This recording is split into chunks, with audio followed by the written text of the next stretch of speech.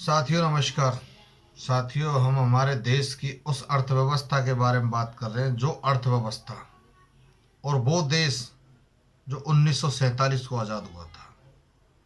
लेकिन आज हमारे देश से 25 साल बाद, यानी कि हमारे देश की आज़ादी के 25 साल बाद आज़ाद होने वाला बांग्लादेश आज हमारे देश की प्रति व्यक्ति आय से कहीं ज़्यादा आय है उसकी। एक छोटा सा कंट्री और हम एक विशाल देश के नागरिक हैं, और हमारा देश भी उस देश से 25 वर्ष पहले आज़ाद हुआ था।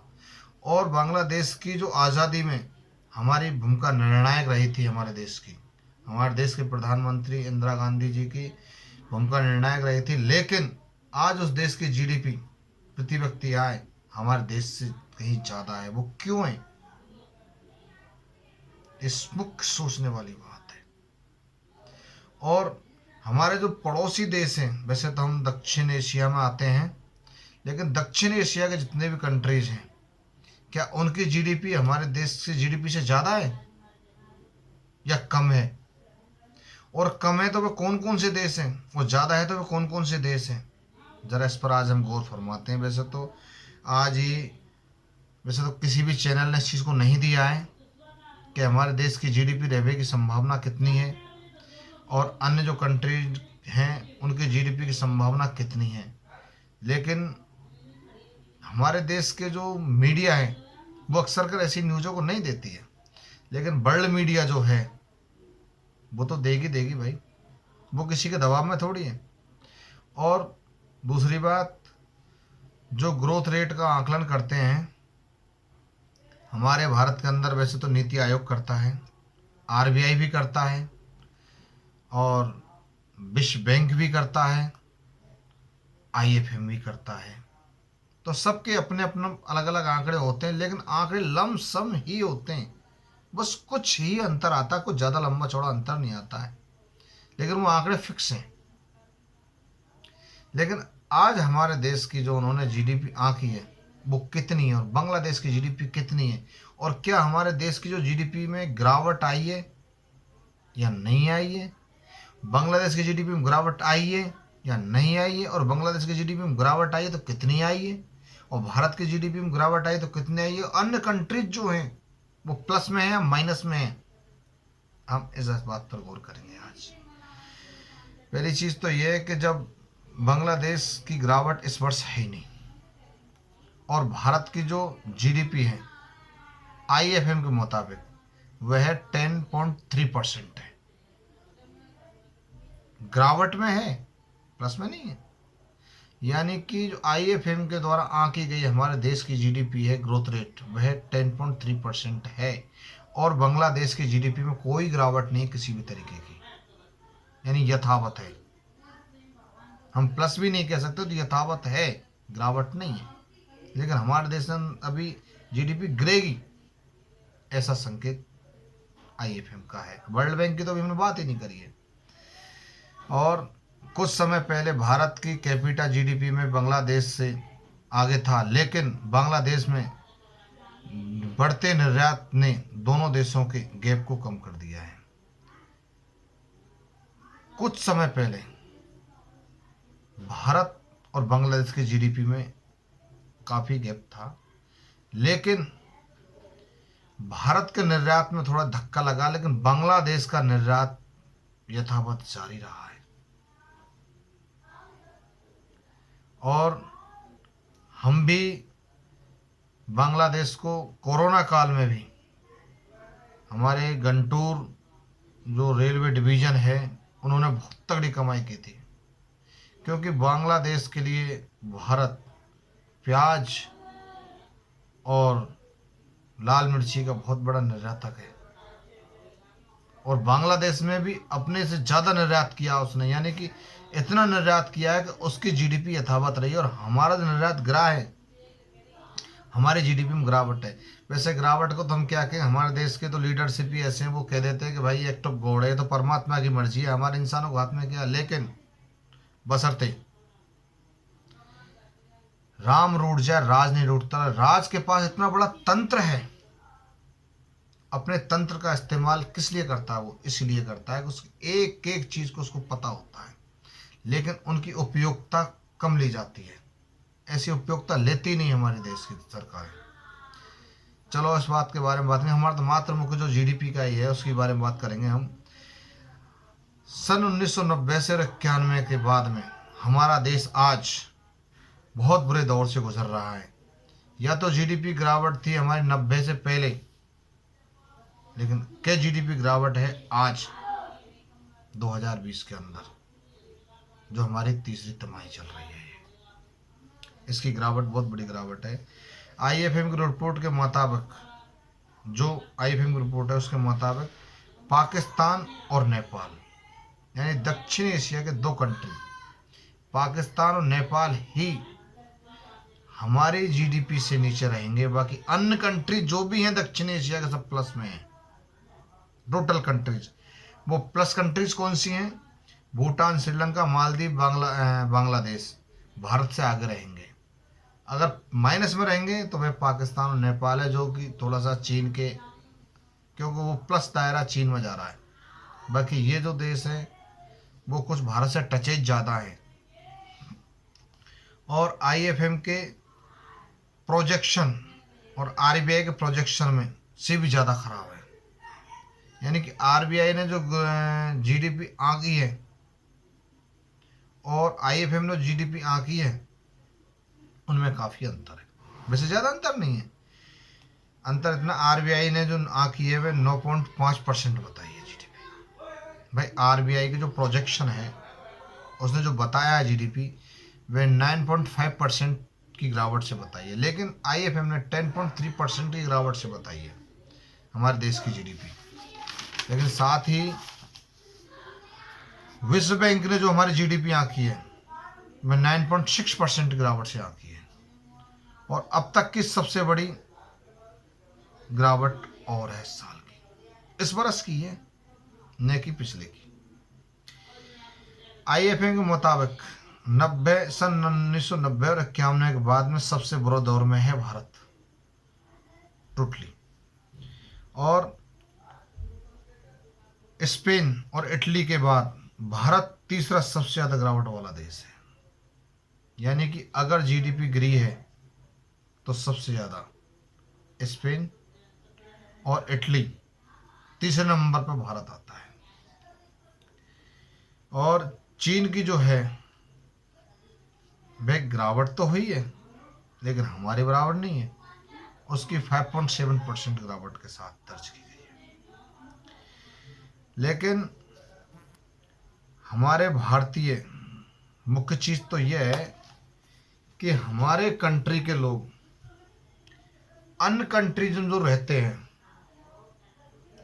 कतर कंट्रीज हैं, अरब कंट्रीज हैं, या फिर ईसाई कंट्रीज हैं, जहाँ भी वो रहते हैं, तो वो जब कमाते हैं उनसे होने वाली जो आय है और वो हमारे देश के अंदर ट्रांसफ़र होती है, उस आय में भी सबसे बड़ी गिरावट दर्ज की गई है इस कोरोना महामारी के दौरान।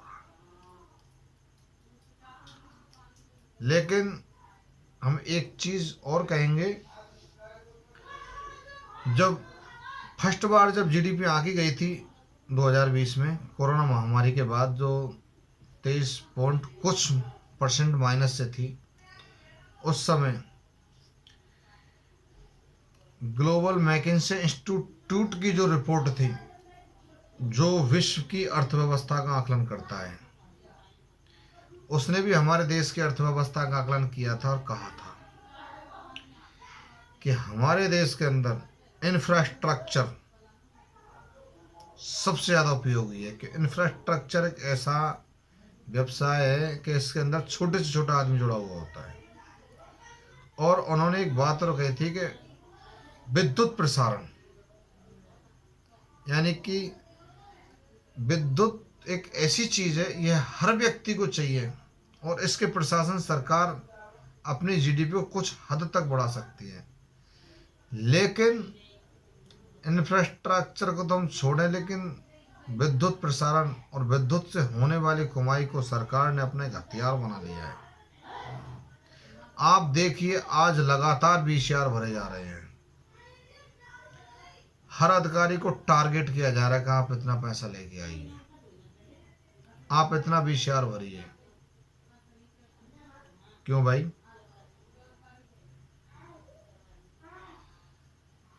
हर आदमी का अधिकार है। अगर मान के चल बीसीआर होता क्या है, मैं आपको बात बताता हूँ। आज इसी बारे में थोड़ा सा हम चर्चा कर लें। बीसीआर होता है वीडियो कैसेट रिकॉर्डिंग, यानी कि प्रथम दृष्टा किसी बिजली अधिकारी को ऐसा लगे कि आप विद्युत की चोरी कर रहे हो, तो उसी आधार पर आपको video record video cassette recorder जो है उसके आधार पर ही आपको एक बिल थमा दिया जाता है, यानी कि जुर्माना राशि। बशर्ते आप बाध्य नहीं हो उस जुर्माना राशि भरने के लिए, आप न्यायालय की शरण में जा सकते हो। लेकिन ये प्रोसीजर बहुत लंबा है। लेकिन सरकार का इस समय बिजली क्षेत्र सबसे बड़ा हथियार है और सरकार यहीं से सबसे ज़्यादा अर्निंग करेगी। तो दोस्तों, हमारा मुद्दा ये नहीं है कि सरकार कहाँ से अर्निंग करेगी, सरकार कहाँ से अर्निंग नहीं करेगी, लेकिन हमारे देश की सरकार, उसको जरा सा सोचना चाहिए कि हमारे पड़ोसी देश की महिला प्रधानमंत्री शेख हसीना ने अपने देश की जीडीपी को यथावत रखा है और हमारे देश की जीडीपी लगातार गिरावट दर्ज कर रही है। तो वहाँ के लोग बेहतर खुश होंगे बजाय हमसे। लेकिन हम किस चीज़ में खुश हैं? अगर आप थोड़े ज़्यादा बात करोगे तो आपसे कह दिया जाएगा हिंदुत्व खतरे में है। मैं भी हिंदू हूँ, इसमें कोई दो राय वाली बात नहीं है। लेकिन धर्म धारण करने योग्य होता है। धर्म के अंदर कोई कट्टरवादता नहीं होती है और ना ही कट्टरवादता के लिए कोई जगह है। और हम तो सब लोगों से यही कहते हैं कि ठीक है, आप किस धर्म को अपनाते हो, किस धर्म को नहीं अपनाते हो, ये आपका खुद का हिस्सा है, खुद का मुद्दा है। आपको किसी को सर्टिफिकेट देने की कोई ज़रूरत नहीं है।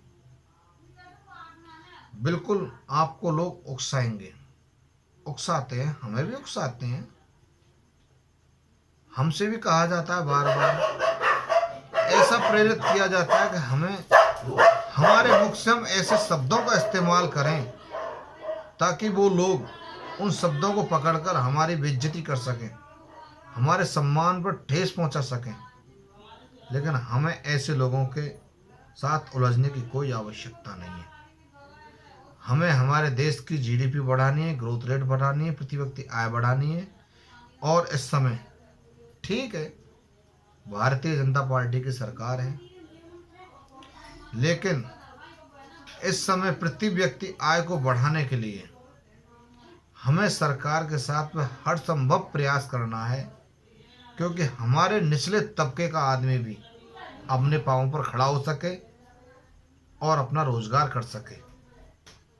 वैसे तो इस कोरोना महामारी के अंदर गरीबी की और अमीरी की खाई बढ़ती चलेगी, अमीर अमीर होते चलेंगे, गरीब गरीब होते चलेंगे। जो गरीबी रेखा से नीचे पहले जो व्यक्तियों का आंकड़ा था वह 15 करोड़ और प्लस हो गया है बजाय माइनस होने के। और जो लोग पहले से अमीर थे वो और भी अमीर होते चले गए। और आज हमारे भारत की अगर हम बात करते हैं तो हमारे 5 स्टेटों को छोड़ दें, 5 स्टेटों को छोड़ दें तो फर्स्ट नंबर पे महाराष्ट्र आता है, जो कंगना राणौत के कंधा पर धरकर जो बंदूक चलाई जा रही थी वह किसी और चीज़ के लिए नहीं थी। देश की आर्थिक नगरी बॉम्बे यानी महाराष्ट्र को सरकार को गिराने का सुनियोजित तरीका था। लेकिन बाद में पता नहीं, सबको पता है हुआ क्या है। ऐसा कुछ नहीं है। हाँ, टॉप 5 जो स्टेट अगर उनको छोड़ दिया जाए तो सबसे ज़्यादा ग्रोथ रेट हमारे अंबानी जी की है। हमारा देश जब आज़ाद हुआ तो 543 रियासत थी हमारे देश के अंदर। उनको ख़त्म करके एक वृहद भारत का निर्माण किया था उस समय पर। लेकिन आज मौजूदा दौर में हमारे देश की सत्ताधीशों द्वारा आज कॉरपोरेट रियासतों को फिर खड़ा कर दिया गया है।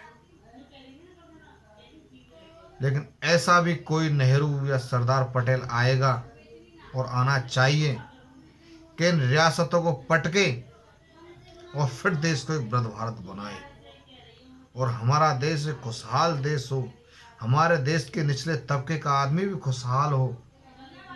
और हमें इसमें सरकार की मदद करनी है, करेंगे। धन्यवाद दोस्तों।